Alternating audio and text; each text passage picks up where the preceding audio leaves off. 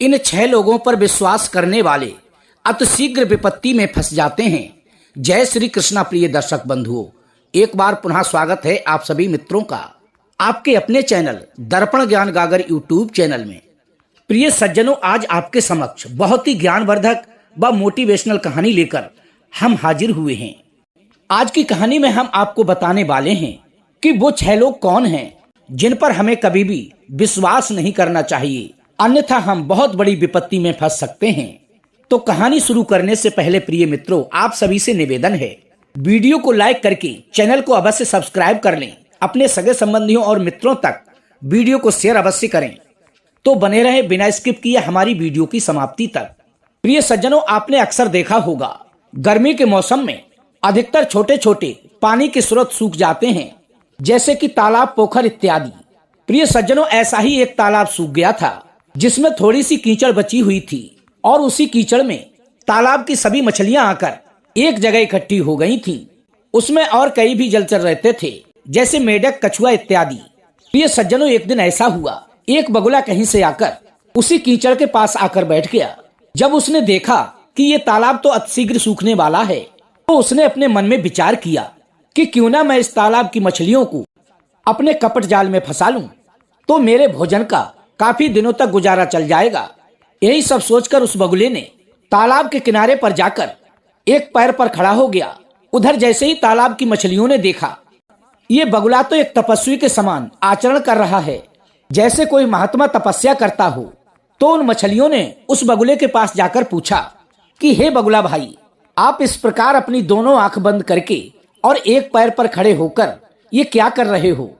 प्रिय सज्जनों, मछलियों के इस प्रकार पूछने पर वो धूर्त बगुला कहने लगा, मैंने आज से ये व्रत लिया है, कोई भी जीव हिंसा नहीं करूंगा और ना ही किसी जीव को कष्ट दूंगा, अर्थात किसी मछली या मेढक के लिए नहीं खाऊंगा।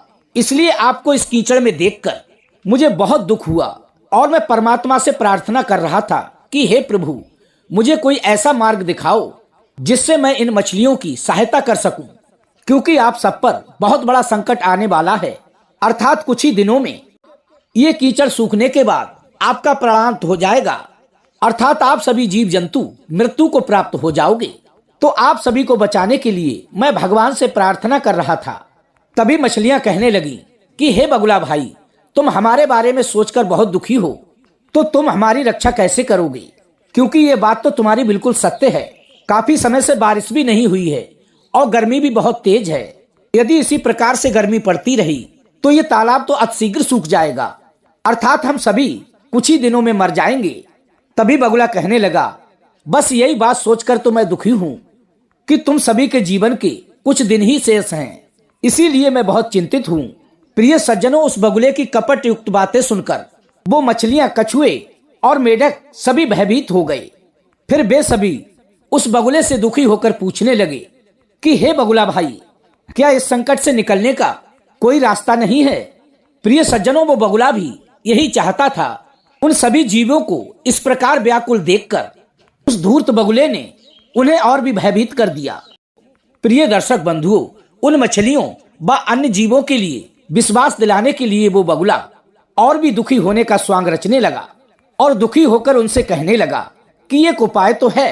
यदि तुम्हें मुझ पर विश्वास हो तो यहाँ से कुछ ही दूरी पर एक बड़ा सा सरोवर है जिसका जल कभी भी नहीं सूखता।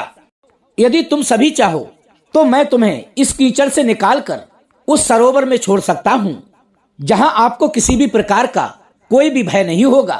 प्रिय सज्जनों, उस धूर्त बगुले की बातों को सुनकर के मछलियां, कछुआ व मेढक आपस में बातें करने लगे। तभी वहां पर मौजूद कछुआ कहने लगा कि मैंने अपने पूरे जीवन में कोई भी ऐसा बगुला नहीं देखा, मछली व मेढकों को नहीं खाता हो।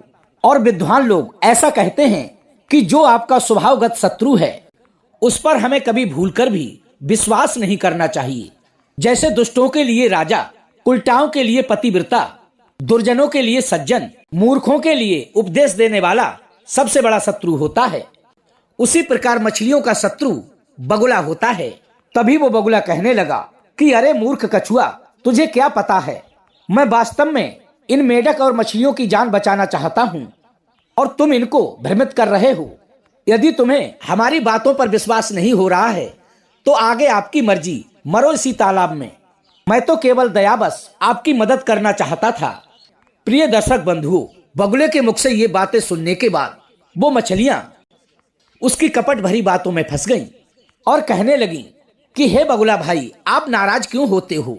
हमें आप पर पूर्ण विश्वास है। ये कछुआ क्या जाने, ये तो यूं ही बेमतलब की बातें करता रहता है। अब तो वे सभी मछलियां अपने अपने लिए चिल्लाने लगी, पहले मुझे ले चलो, पहले मुझे ले चलो। इसके बाद प्रिय सज्जनों, उन मछलियों को विश्वास दिलाने के लिए वो दुष्ट बगुला पहले एक मछली को अपनी चोंच में दबाकर ले उड़ा और उसे एक बड़े से तालाब को दिखाकर वहीं पर वापस ले आया।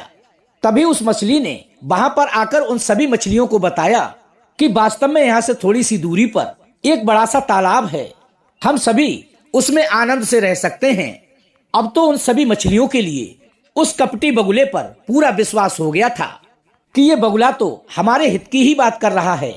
अब वो दुष्ट बगुला एक एक करके उस कीचड़ से मछलियों को ले जाता और वहां से कुछ दूर जाने के बाद पत्थर पे पटक पटक कर बड़े ही आराम से खा जाता और पुनः वहां पर वापस लौट आता। इस प्रकार उन मछलियों को लगता कि यह बगुला हमारी साथी मछली के लिए दूसरे सरोवर में छोड़ आया है। इस प्रकार वो बगुला प्रतिदिन कई मछलियों को खा जाता। धीरे धीरे करके उस पत्थर पर मछलियों की हड्डियों का बहुत सारा ढेर लग गया। कुछ ही दिनों में उसने उस तालाब की लगभग सभी मछलियों को खा लिया। एक दिन उसको तालाब के किनारे मछलियां तो नहीं मिली, लेकिन एक केकड़ा रेंगता हुआ दिखाई पड़ा। तभी बगुला ने अपने मन में सोचा, चलो कोई बात नहीं, मछलियों का तो मांस खाते खाते मैं बहुत ऊब चुका हूँ, आज केकड़े को ही खाकर देखता हूँ। यही सब सोचकर उस कपटी बगुले ने उस केकड़े को अपनी पीठ पर चढ़ा लिया और कहा कि चलो, जिस तालाब में मैं मछलियों को छोड़कर आया हूँ उसी तालाब में मैं तुम्हें भी छोड़ देता हूँ। अब वो केकड़ा उस बगुले की पीठ पर बैठकर आसमान की सैर करने लगा। जब उस केकड़े ने बगुले की पीठ पर से देखा, वहां से थोड़ी ही दूरी पर एक पत्थर के ऊपर मछलियों की अस्थियों का बहुत बड़ा ढेर लगा हुआ है। अब वो केकड़ा उस बगुले की चाल को भली भांति समझ चुका था कि इस धूर्त बगुले ने उन मछलियों को सरोवर में नहीं छोड़ा है, बल्कि उन सभी का प्राणांत कर दिया है। अब ये मुझे भी अपना शिकार बनाने के लिए यहाँ लाया है। यही सब सोचकर उस केकड़े ने बगुले से पूछा कि हे मामा जी, अभी सरोवर कितनी दूर रह गया है? तभी बगुले ने अपने मन में सोचा कि ये मूर्ख केकड़ा अब मेरी पीठ से उतरकर कहाँ जा सकता है।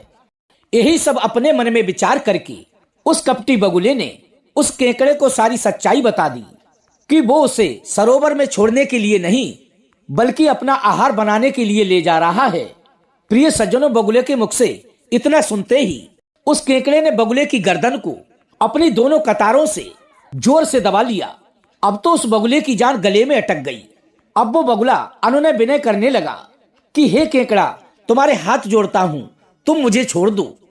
जब उस केकड़े ने देखा कि बगुला अब पूरी तरह से मेरे बस में है, तो वो उसी तालाब पर उस बगुले को वापस लौटा लाया और तालाब पर पहुंचते ही उसकी गर्दन को सख्ती लगाकर काट दिया।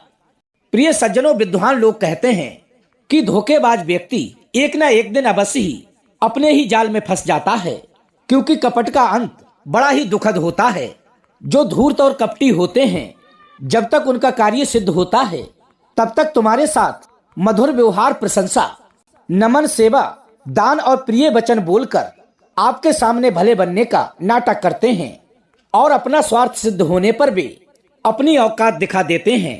कहते हैं कि दूसरे की वस्तु और धन चुराने के कारण चोर और पर स्त्री से अनुचित संबंध रखने के कारण जार पुरुष, ये दोनों लोग निंदित माने जाते हैं, किंतु ये दोनों सामने से चोरी करते हैं। पर धूर्त पुरुष आपके सामने ही आपकी आंखों में धूल झोंक कर सब कुछ हर ले जाता है। जो कपटी व धूर्त होते हैं, वे मूर्खों के सम्मुख उसके हित को भी अहित दिखा देते हैं और अहित को हितकर बना देते हैं और अपने कार्य को भली प्रकार से सिद्ध कर लेते हैं। धूर्त पुरुष अपने ऊपर सामने वाले का विश्वास कायम करा के उसका नाश कर देते हैं, क्योंकि धूर्त व्यक्ति जिसका बुरा करना चाहता है वो पहले उसका अच्छा करता है। जैसे कि बहेलिया एक मृग को फंसाने के लिए पहले उसके सामने बड़े ही मीठे सुर में गाता है और बाद में अपने जाल में फंसाकर उसे मार देता है। प्रिय सज्जनों, एक बात और बिल्कुल सत्य है, बिना धूर्तता के लोग अधिक धन अतिशीघ्र नहीं कमा सकते, जैसे कि बिना कपट के इच्छित कार्य सिद्ध नहीं हो सकते। इसीलिए ऐसे धूर्तों से सदैव ही सावधान रहना चाहिए। प्रिय सज्जनों, अंत में एक बात और है, इसे भी अपने जीवन में उतार लेना। जो अपनी रक्षा के लिए पहले से उपाय नहीं सोचता, वो पशु से भी बदतर है, क्योंकि छल करने वाले लोग इन 6 चीजों का आश्रय लेते हैं। नंबर 1 मंत्र, नंबर 2 औषधि, नंबर 3 वेशभूषा, नंबर 4 अवसर, नंबर 5 वचन और नंबर 6 धन। तो कैसी लगी प्रिय दर्शक बंधु आज की हमारी ये कहानी? यदि अच्छी लगी हो तो वीडियो को लाइक करके चैनल को सब्सक्राइब अवश्य कर लेना। हो सके तो अपने सगे संबंधियों और मित्रों तक वीडियो को शेयर अवश्य करना। प्रिय दोस्तों, हम फिर मिलेंगे इसी प्रकार की ज्ञानवर्धक चर्चा के साथ। इसी के साथ प्रिय दोस्तों, राधे राधे, जय श्री कृष्णा।